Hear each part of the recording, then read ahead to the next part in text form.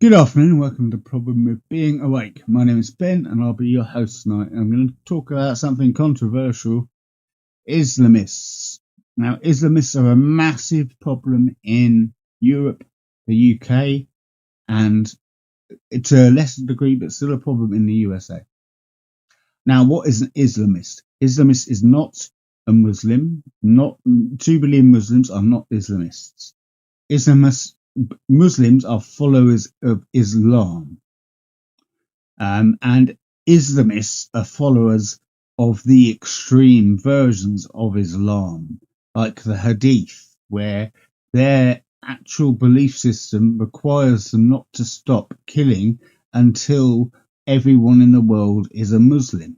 You can dress it up all you want, but I've read it, and it is literally both books, in a way, are a declaration based coming from a warlord about future wars, but with some good morals inside. I would say the Quran is far kinder.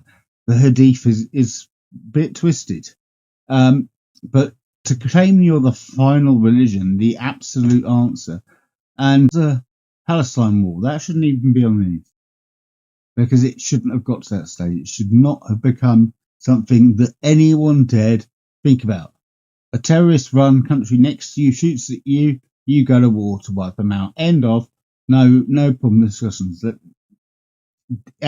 Civilian deaths are horrible, but impossible to avoid. And Israel have done the best job in the situation of urban warfare of all time, massively destroying the US and Navy SEALs. So, it's a very challenging time to live in a country where the threat level has been raised, mainly around Islamic terror. In Europe and in America, it's got raised once. It's been raised to another higher number. I believe it's DEFCON 4, as they call it, and DEFCON 5 is all out. So we're closer probably to nuclear war or a massive world war, which hopefully doesn't turn nuclear. We're on the precipice. The wrong decisions, the wrong politicians making the wrong things, saying the wrong things. It's going to drive people into a new world order or a third world war. A lot of people who've been commenting and doing the news and doing this for ages, everyone agrees really there is something coming, and it's going to be a shift that's big.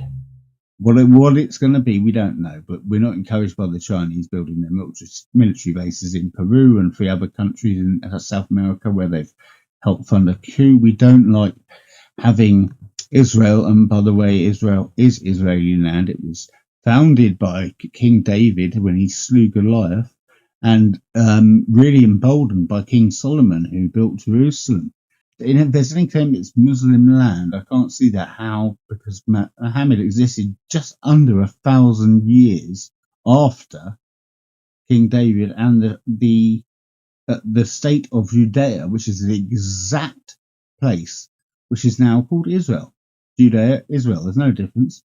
There was once a Palestina in the third century, or 4th century, sorry, in Syria, but they weren't Palestine.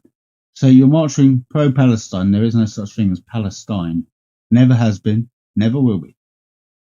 There is not such thing as Palestine. And so you're pro-Palestine. Well, your argument should fall on your feet there. You're carrying a sign for something that can't be done.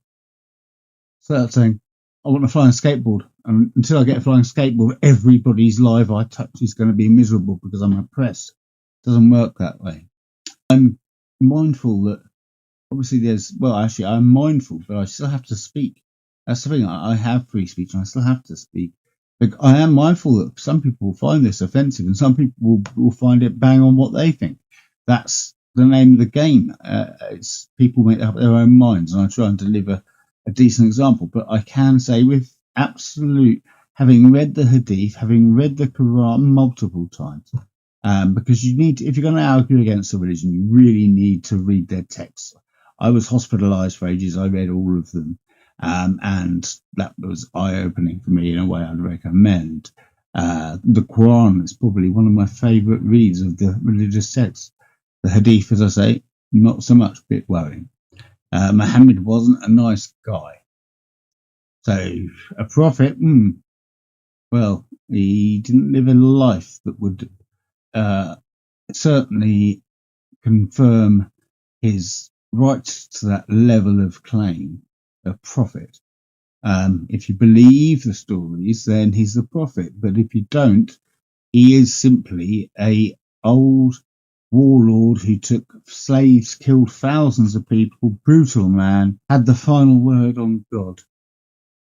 And some Islamists have taken that to heart. Iran would probably be spearheading that.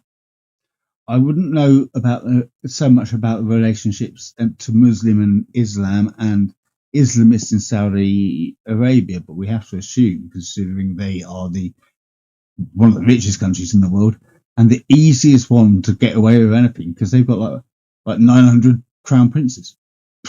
So a Saudi crown prince said that. Well, I could have been one. I have to go for a Rolodex to find out who said it. But everything is moving towards this Islamist head off. And I'll be there if there is one, not to incite any type of violence. I'll be there to make sure it doesn't happen.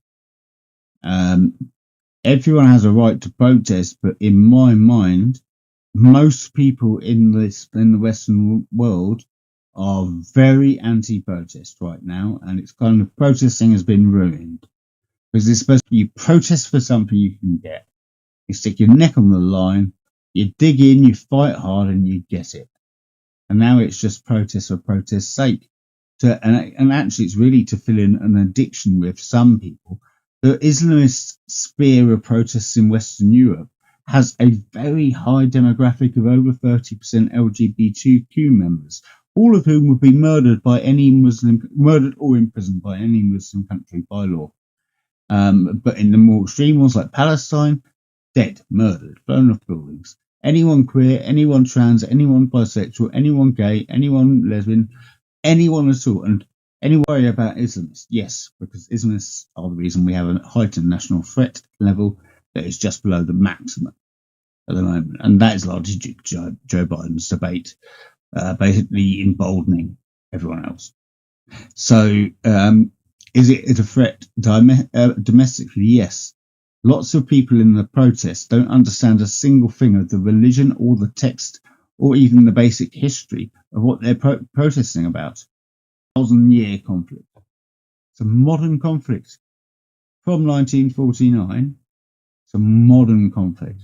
It's again, Israel is on Israeli land, which they used to call Judea. They're in the right place. Hamas were a prescribed terrorist group. Now, here's the rule. If your country prescribes something as a terrorist group and you support it, you become associated as being a terrorist sympathizer. Were they freedom fighters? Well, there was nothing Israel were doing to them at that time to warrant that attack. So no. And Islamists, I think, are speaking out more and more boldly now in the UK. I've heard several calls for Sharia law. I will protest that and petition it immediately if I see anything like that or any transgender woke ideology stuff being trying to put into law. I'm not letting this Labour government off the hook. I know that it's probably the right thing that we had a change in the country, but Keir Starmer's not the right one, so I'm not letting them off the hook. But Islamism and Islamists in this country have radical views of how they see the world, and they must convert you to their views in order for them to get some rest. And they're not peaceful until if it's a religion of peace, why is it a religion of peace only once everybody is converted to being a Muslim? Thanks for listening. I'll speak to you soon.